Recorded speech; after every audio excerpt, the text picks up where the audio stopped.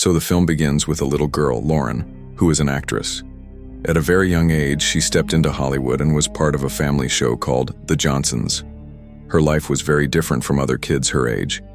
She lived a luxurious life and was happy. Finally, while doing this show, she grew up.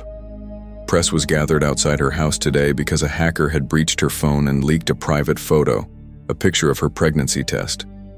Lauren becomes very troubled by all these scandals and thinks about running away. Therefore, her secretary finds a house in a quiet, peaceful jungle environment for her to stay for a few days. Then her secretary leaves through the main gate in a car, making the media think Lauren has left the house. This way, she tricks the media, and Lauren leaves through the back door for her vacation. On the way, Lauren gets a call from her agent, who reassures her that everything will be okay and promises to find the hacker soon. Amidst all this, she finally reaches the house where she was supposed to stay. The place was very peaceful. The house was quite large and bright. But she didn't know that this peaceful house had many cameras installed. And through these cameras, a boy was watching her. He immediately recognizes that Lauren is a very famous actress. Here we see Lauren relaxing and sitting on the sofa, connecting to the local Wi-Fi. However, her assistant had warned her not to connect to outside Wi-Fi, as it makes hacking easier for people. But Lauren wasn't paying attention to any of this. She turns on the news, reads about herself, and also checks her show's ratings, which were starting to drop. The man who played her father in the same family show she grew up on was actually the father of her child. Now that man, Peter, calls Lauren and asks her, "Where are you right now?" But Lauren doesn't tell him her location. Peter now says in his sweet voice, "Lauren, look, try to understand. We have to handle things very carefully so our lives, our image, this relationship, and especially our show, aren't ruined. Look, if the pregnancy story gets out, everything will be destroyed." Peter tells her that if it's too late for the pill, he will bring a doctor home. "You'll be free from all these things, and I'll cover all the expenses. Just tell me your location." Hearing such things from that man makes Lauren even angrier, and she hangs up. We are told about Peter. Not only is he married, but he also has children, and he knew that the news of Lauren's pregnancy would ruin not just his professional life but his personal life too. That's why he was so worried. His assistant, named Kraft, was sitting in front of him, who says, "If you want, this whole matter can be resolved. Just give me the money and watch the show. Look, everyone knows Lauren is troubled anyway. I will go kill Lauren and create a scene to make it look like she overdosed on drugs due to stress. This way you'll be free from this problem." On the other hand, we see Lauren again, who is very troubled by all the calls and switches her phone off. The boy who was watching Lauren also falls asleep while watching her CCTV footage, and in that time his uncle arrives, sees the CCTV footage on his phone, and understands that a very rich person has come to their property. Immediately, a scheme starts forming in his mind, and he plans to go to the property and steal. The one who planned the robbery was named Darn. He brings his roommate Mertz along. Their simple plan was to steal some things from here and run, but Lauren's dog smelled them and started barking loudly. This scared Lauren, and she woke up. She also sensed that someone was in the house. So she went and hid inside a small cabinet in a room. Inside the cabinet, she heard things moving in the room. Lauren screamed, "What do you want? Just tell me." Mertz got a little nervous hearing her voice, but Darn told him, "We have nothing to do with her, just pack the stuff and let's get out of here." But Mertz didn't listen to Darn and said, "This girl will definitely get us caught. We should stay and threaten her and scare her." While they were still talking, the owner of the property, the one who had been watching Lauren on his phone, the same phone Darn and Mertz had used to plan the robbery, arrived.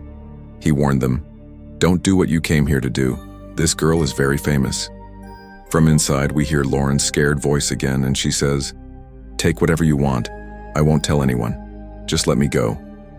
Here, Mertz tries to open the door again to threaten her, but Darn and the other guy try to stop him. In the struggle, Mertz's gun goes off and the bullet hits the other guy. Seeing the phone had scared them out of their wits. Now they understood. They would have to go to jail. Darn started crying from fear and saw that Mertz still wasn't backing down. He tried to finish off the injured guy, so Darn begged him, "Just stop it."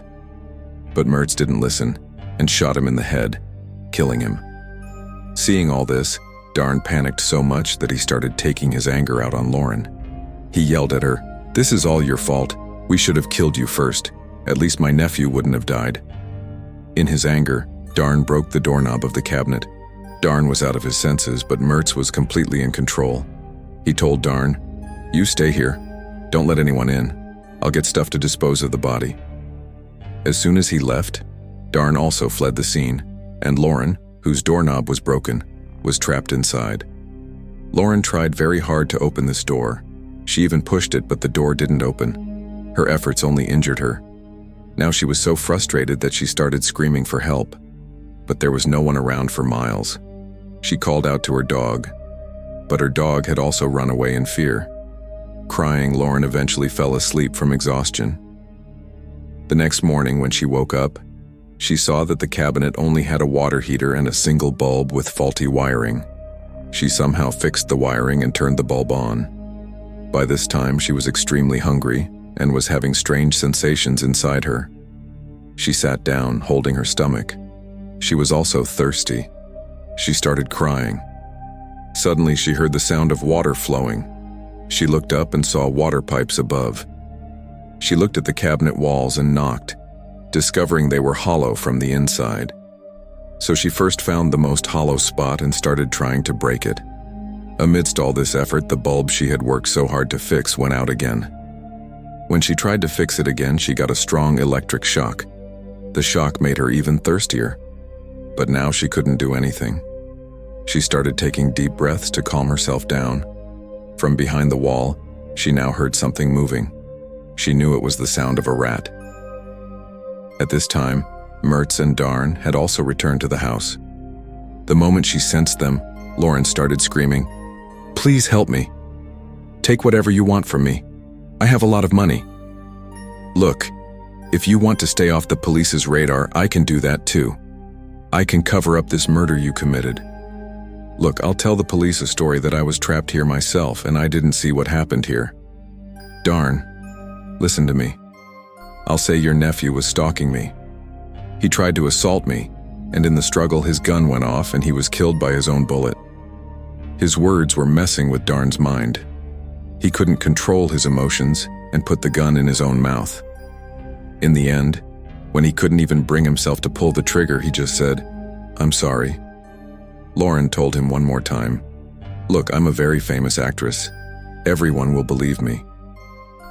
Darn wanted to believe Lauren, but Mertz stopped him. Enraged, Darn, in a crazed frenzy, started banging his head and hands against the wall. In anger, Mertz fired bullets into the wall to stop him.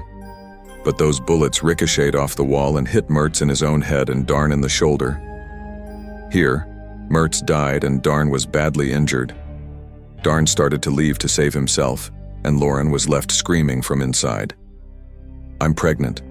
Don't leave me in this condition, please. You can't do this to me." But the injured Darn, hearing her words, staggered away from there. He barely made it to the hospital and fainted as soon as he arrived. Inside the cabinet, Lauren was also completely weakened. Suddenly, a rat ran over her, sending a jolt through her body. She stood up again. She couldn't stay here without light. So she tampered with the wiring again and tried to light the bulb. The bulb lit up. Now she saw a metal pipe nearby which she picked up and managed to kill the rat with. But doing all this work, hungry and thirsty, made her even weaker. She fell down and started having hallucinations. The scene cuts to show the police talking to Darn in the hospital. Meanwhile, the doctors had also told the police that Darn was talking about a pregnant woman while unconscious. But because he was under the influence of drugs, his words couldn't be trusted. Inside the cabinet, Lauren's condition was becoming critical. The intensity of her thirst increased so much that she started licking the droplets coming from the water pipe above. Her thirst was still not quenched, and she started licking the ground where the water was falling. Just a few droplets of water gave her strength again. She picked up the same metal pipe she had used to kill the rat and started breaking the wall. As soon as she broke the wall, she was even more disappointed because on the other side was another wall of bricks. She couldn't get out through this path, but she did find a rat's nest inside this wall, and luckily for her, there was a hammer inside this nest. Seeing this, she was happy. She could use it to open the door. Just as she was thinking this, another problem arrived. The water pipe running above burst, and water started filling this small cabinet. Meanwhile, we see Lauren's dog, which had been rescued by a girl on the street. She posted a picture of the cute dog online, and shortly after, when she saw her post had gotten thousands of likes, she found out from the comments that this dog actually belonged to Lauren.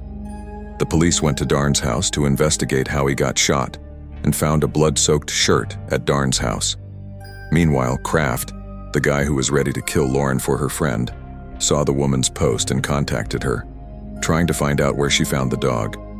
He was willing to give her a large amount of money in exchange for the dog's location. Hearing this, the girl understood that this matter wasn't just about a dog, but something else. Well, the scene cuts to show Darn had now regained consciousness in the hospital. The police question him, asking about his nephew and his friend Mertz, and here Darn flatly refuses to talk about them, saying, "I don't know anything about them." When the police ask him, "Then who attacked you?" he says, "I was shot by accident." He says, "I was firing at a lock to break it, and the bullet ricocheted and hit my shoulder." Here the police inform him that they had searched his house and found a blood-soaked shirt, which had been sent for forensics, and they tell him they would soon find out whose blood was on the shirt. Meanwhile, the scene cuts back to Lauren, who had started using the hammer to break the door's hinges. At the same time, we are shown Kraft, who had now reached the vet where the girl had taken Lauren's dog. He pays the doctor and tells him to call the girl to his clinic. The doctor realizes that Kraft is up to no good, so he calls the girl and warns her, "Wherever you are, disappear with that dog, or your life could be in danger." Meanwhile, we see Darn asks the doctor and police for permission to go to the washroom, then tricks them and escapes from the hospital. Outside, a car was heading towards that same house. Meanwhile, water was rapidly filling Lauren's cabinet. If Lauren didn't open the door soon, she would drown, and on top of that, due to the faulty wiring, she would get a severe electric shock and die. It was shown here that the girl who was trying to escape with Lauren's dog was now being followed by Kraft. Lauren's dog jumps out of the moving car and runs towards the house where Lauren was. The dog went inside, looking for Lauren. Meanwhile, Lauren was struggling underwater to open the door. Her head was submerged. Darn also finally reaches this room, and as soon as he arrives, he first picks up Lauren's dog. Before he can open the front door, Kraft, who had followed the dog here, enters the same room. Arriving here, he sees that there were already 2 dead bodies lying here, and Darn was also here. He shoots Darn in the head with his gun, murdering him, and immediately calls his boss. He says, "Now I'll take double the money for the job because the situation is much worse. Instead of 1 murder, there are 4 murders involved here." After this, Kraft started looking for Lauren, and that's when he saw water coming out of the cabinet. He cautiously approaches the cabinet to check what's inside. Meanwhile, Lauren, struggling from inside, manages to break the door, and the door suddenly falls on Kraft with the force of the water. Kraft was under the door and Lauren was on top of the door. Just then, the girl who had found Lauren's dog also arrives. She had followed Lauren's dog here and was shocked to see the entire scene. At this time, she gives Lauren a hand to pull her up and jokingly says, "Looks like someone killed your bodyguards." Meanwhile, Kraft gets up and points his gun at Lauren. The other girl tries to stop Kraft, and Lauren seizes the opportunity to run away. But the girl wasn't strong enough to hold Kraft back for long. Kraft punches her hard, knocking her out. We see that Lauren had also hidden. She was waiting for the right moment. As soon as Kraft came near, she saw her chance and hit him hard on the head with the metal pipe from behind, and Kraft fell down unconscious. At this time, Kraft's phone rang. Lauren saw it was a call from her friend. She answered the call but didn't speak. Listening to Peter's words, she realized that Peter was the one who wanted her dead. Meanwhile, Kraft gets up again, and just as he tries to grab her neck, Lauren hits him on the head with the pipe again, splitting his skull open. The blood gushes out so violently that Lauren's entire face is covered in blood. But, well, she had finally survived. Soon, the police also arrived and immediately recognized Lauren. The media had also gathered outside. This time, Lauren asked for her phone and then posted that very picture on her social media handle, the picture that had initially caused the scandal. She no longer wanted to protect the man who had tried to have her killed. The scene cuts to Lauren's friend, where the media had started creating a scandal about him and were taking his interview. He tries to deny Lauren's entire story, but no one believes him now, and the police arrive and arrest him for conspiring to have Lauren killed. Finally, the criminal meets his end, and the movie ends here.